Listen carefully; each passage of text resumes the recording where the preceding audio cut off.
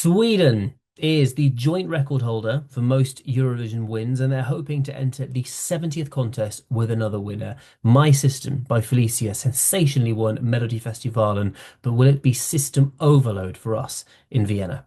Let's review Eurovision.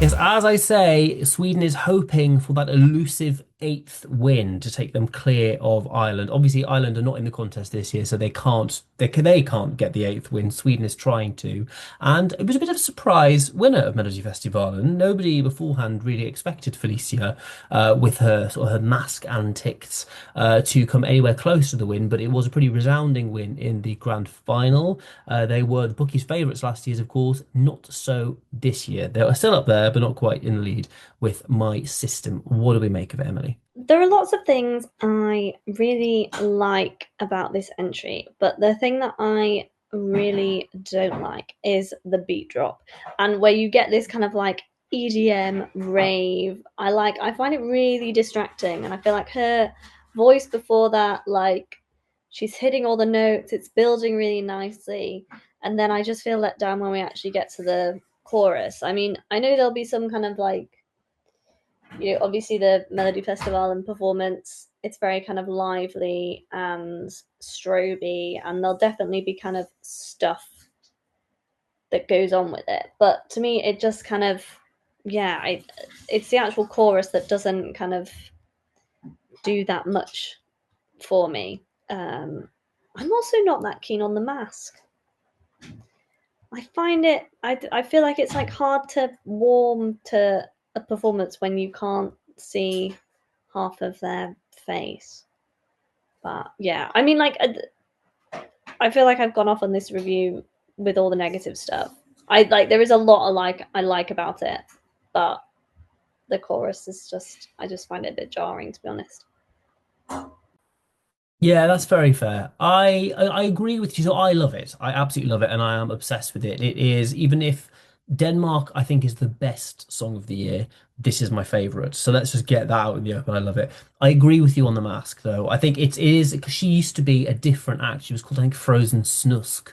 And then something went a bit awry in the background there, and that was an act that she kind of wore a balaclava for it. So she's deliberately been masked for almost her entire career.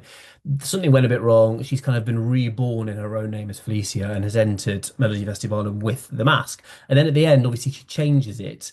So then instead of the mask, it's the glasses. I agree with you. I think the mask doesn't work. I get that it's part of her image, but I think the casual viewer that doesn't understand the backstory of why she's got it on, I think will be like, well, why is she doing it? And I agree that it creates a bit of a block to creating any sort of emotional connection with her. What I think this has really got going for it is it is so addictive. There's something about it that I can just, when it's on, it finishes and I listen to it again and I listen to it again. It's kind of a bit like Hallucination last year. It's the type of thing that I will just sit and quite happily listen to 5 or 6 times in a row without even noticing. There's just something about it that's really Moorish. It's not the most original lyrics wise of the world. The most original thing ever composed. I do kind of like that there are some English witticisms like on Any Given Monday, which I'm quite impressed that a Swede will know about. So lyrically, I think there are some quirks in it that I quite enjoy. But I actually don't mind the EDM drop. I think it's like Bass Hunter, but for 2026. It feels there is something nostalgic about it, but it is very current. And there's a reason why I think it's 10 weeks straight at number one in the Swedish charts. Like it's doing well for a reason because there is something just current about it. And that last 30 seconds, it's just, I mean, it's euphoric. There's something about it where the key change, the drumming at the end, as she sort of reaches out of the screen with the graphics. It's kind of that graphic of her sort of holding on to the black bars at the bottom of your screen and sort of coming out of the screen. It's so ingenious. It's almost remarkable that no one's ever done it before because I just find it really, really arresting, and that beads into a soap. I don't even know how to describe it. It's a kind of all-encompassing light show, and the music's loud, and they've got the dancing there. It just comes together so brilliantly in that last 20 seconds or so that I'll always whack the volume up and I'm there Yeah, for it. I I love I it. find I enjoy it much more as a performance than I do as like a song because I think when you have the beat drop and you can have the kind of dance break, it gives it a lot more than if you're listening to it in the gym or whatever. Yeah, no, I get that. That I think is fair. They need to work on it a little bit though, because there are at times I think the choreography could be like if she properly went for it, like if this was a kind of fuego or slow-mo style dance routine to get through that break, I think it would be just that little bit more engaging, and I think this it would make the whole thing a little bit more competitive. I kind of I'm left wanting a little bit more from the performance until it gets to that last 20 seconds, where at every point the camera is exactly where it needs to be. You're seeing exactly what you want to see. They kind of just need to transplant that to the Vienna stage, which I mean we're getting a preview of it very, very shortly. From the designs of it, it looks like it's built for this kind of performance. So I'm very excited to see it. And as I say, Denmark, I could go on for ages about this. Denmark, I think, is the best song of the year. This is absolutely hands down my favorite, and I will be shocked if this is not my most listened song of the year on Spotify. I'm addicted to it. I love it. We'll get to our scores in a second, but it is second, performing second in the first semi-final. It is the death slot. Normally, things struggle to qualify from slot number two in the semi-finals. I mean, I think we are both going to agree that this is going to have no problems qualifying. Sweden never does, other than famously 2010. But where do you think this will do in the final? It's not got that much winner talk about it, let's put it that way. How do you think it will do in the final, though, and what's your score out of 10? No, I mean, as you said, even though it's in the death slot, I feel like that's been kind of factored in when it's been placed there because it's kind of going, well, we can afford to put a kind of short qualifier in that spot. I think in terms of how it actually does, yeah, I mean, I'm surprised there's not more kind of like winner talk around it.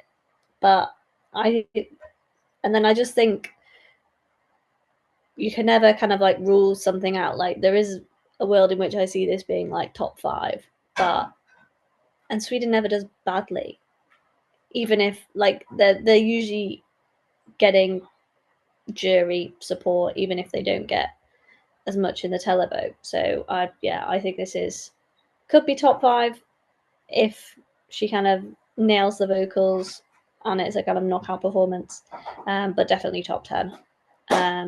My score, although I've been fairly negative, this is actually an 8 for me because I do like it. It would be a 9 if it had a chorus that I preferred more.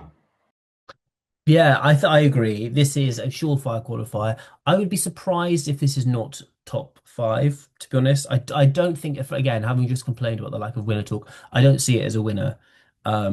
Because I think it's not the something as much as I love it, there's just something that doesn't get it over the line into, I think it you doesn't know, quite have that like heart in it.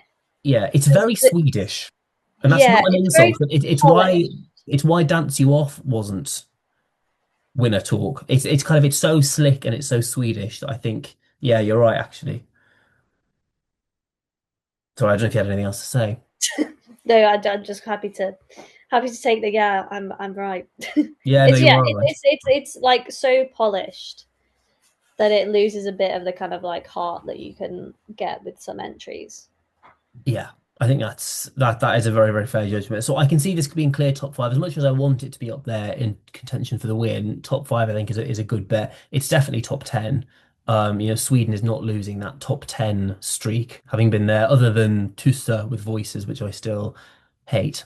Actually, I was speaking to somebody. Apparently, Tussa hated that song as well. Gossip. Anyway, that's for another time. I know it was shit to be fair. Yeah, so I think this is if you're going through, and as I say, this is it's not the most original song of the year, but the fact that I can listen to it on repeat and can't get enough of it surely counts for something. So this is my favorite of the year. It's a 9.5. I'm incessantly listening to it, and yeah, I love it a lot. So we are both on board, but to varying degrees of we're loving it. Let us know what you think. The comments are open. I do think you've given your score. Yeah, that was 9.5. No, I'm just not listening. No, she zoned out. I've been talking for so much this episode. She's kind of has quite rightly zoned out. So yeah, 17.5. 17.5 out of 20 is up there. I think only so far Denmark is beating it. So it's a real battle of the Nordics on the channel this year. Do let us know if you agree in the comments. If you violently disagree, let us know, but don't be violent about it. And you can follow us. And if you do, hit the bell. You'll get notified every time we upload new content. Thank you very much for watching, and we'll see you next time.